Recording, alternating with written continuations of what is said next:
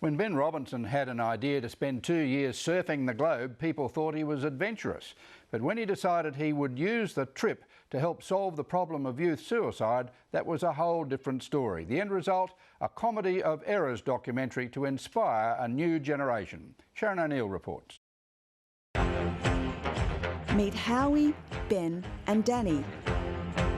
They are the best of friends who once had the craziest idea. I'm going to spend 2 years travelling around the world to curb the increase of youth suicide amongst young people. Fast forward 10 years and here at the Chevelle Cinema in Paddington, that crazy idea has turned into the film Three Mates, Seven Seas.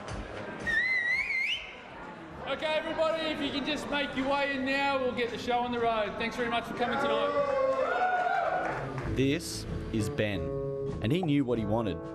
It wasn't much, only to become a life-changing inspiration for the next generation and to travel the world with his mates. He quite logically therefore decided that he could stamp out youth suicide by going on an international surf trip. Many years ago, my friends and I, we attended a youth suicide workshop at Wollongong University. We found that a lot of young people, a high number of young people who were committing suicide were actually of a similar background to ourselves. You know, they were from regional Australia, they were young males, and we were really surprised at that time that people were taking their lives. So we'd always wanted to do a surfing trip around the world, and we thought, what better cause to help than something that may very well help ourselves in years to come if we fit that profile. The goal was to surf the 7 seas of the world and use the trip to inspire students in regional Australia. The schools really took up on the idea, which is surprising when you look back at it, because we actually hadn't done anything. And here we were being these beacons of hope. Gathering thousands of email addresses from the students, the boys promised to send a monthly newsletter from the road and update their website with photos and video. And so they were off. For the boys, this adventure was going to be a very interesting one.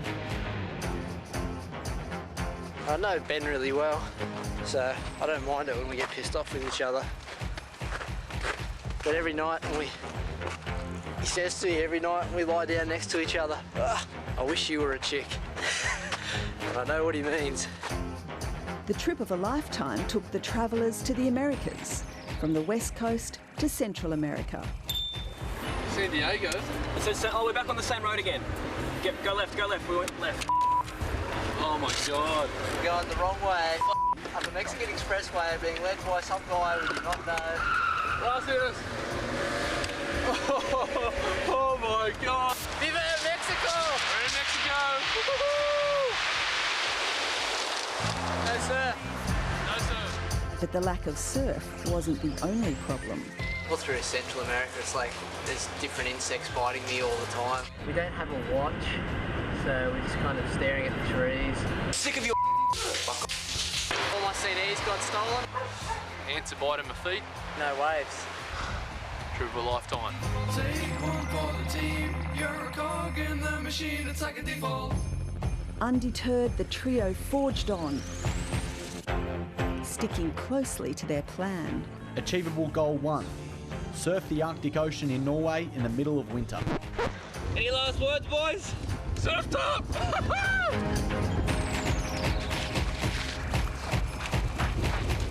Coldest water! Coldest water I've ever been in! It was a much better experience in France, which was just as well, because this trip was far from over. Surfing capital of Morocco. No waves. We scored some of the best surfing locations in the world without surf.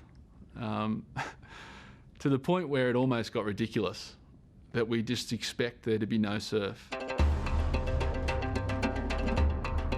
But perhaps the most ambitious part of this trip was the plan to drive across the Sahara Desert in this.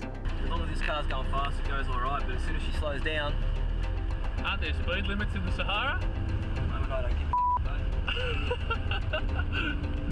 They say every cloud has a silver lining, and it was certainly true for Ben and his mates. While the trip had its moments, the trio never gave up, which was just as well, because back in Australia they had plenty of students following their adventure. We're in a developing country, we'd run out of money, we'd crashed our car in the Sahara, and we're just, do we really want to finish this trip?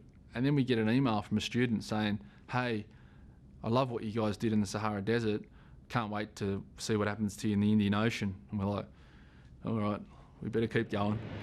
The encouragement paid off, and by the time the three mates arrived in Indonesia, they were rewarded with this.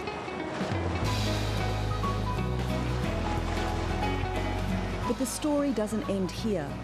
In a cruel twist of fate, after Ben arrived back in Australia, he was diagnosed with depression. And so, yeah, I never imagined that I would suffer from depression after returning from the trip, but I did, and that's the thing, you know. That's what we want to say, is that, you know, that next person who is suffering from depression could be you. Thanks very much, guys. Yeah, no worries. Thanks a lot. It took Ben Robinson longer than he first thought to fulfil his dream, but thanks to a supportive family and friends and organisations like the Black Dog Institute who helped him with his treatment, Three Mates, Seven Seas is now a reality. They're obviously resourceful. They've maintained a positive attitude throughout the challenges that they've faced creating this film. They're passionate about what they're doing, and again, you know, they've had these objectives, they've had some goals, and they've really focused on those, and they've worked towards them, and I think that's really positive. So I think there is a place for what they've created. We're just really stoked we got here 10 years later, and it's awesome. I'm just happy it's over.